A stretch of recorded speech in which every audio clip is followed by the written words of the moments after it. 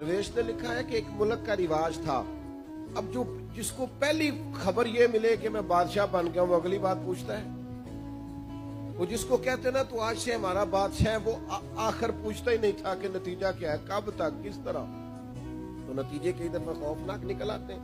एक साल वो गए और उन्होंने जाके वहां से तलाश करना चाहा बादशाह। तो जो पहली कश्ती से पहला मुसाफिर उतरा ना, वो रब का नेक बंदा था। उन्हें पकड़ा, पकड़ के कहा तू हमारा बादशाह है। तो वो इतनी जल्दी खुश नहीं हुआ, सियाना आदमी था ना।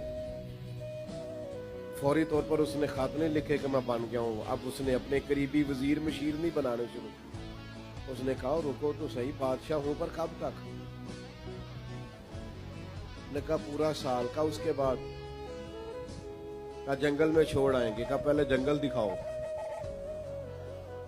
पहले आखिरत की बात, नतीजा क्या है, एंड क्या है, पहले दिखाओ।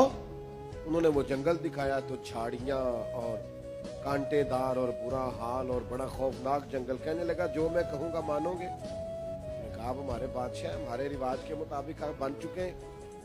उसने कहा ये पक्का वादा करते हो कि इसी जंगल में छोड़ के जाओगे, जंगल तो नहीं बदल लोगे? उन्होंने कहा ये भी पक्का वादा, इसी में छोड़ेंगे। उसने कहा मेरा पहला हुक्म ये है कि सारी खारदार झाड़ियां काटो यहां से। झाड़ियां कट गई। का दूसरा मेरा हुक्म ये है कि जितने मूजी जानवर है निकाल दो। क्यों मोबाइल वाले भाई? ने कहा ये सारी झाड़ियां, ये सारे कांटेदार चीजें निकाल डालो सारी। वो निकाल दी, मूजी जानवर मार दिए।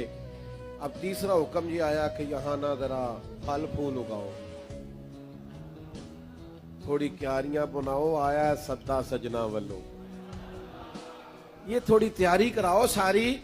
वो क्यारियां बन गई, फूलों वाले दरख्त लग गए, वो कमाल हो गया। वो साल गुजरा तो वहां भी कमाल तैयार था।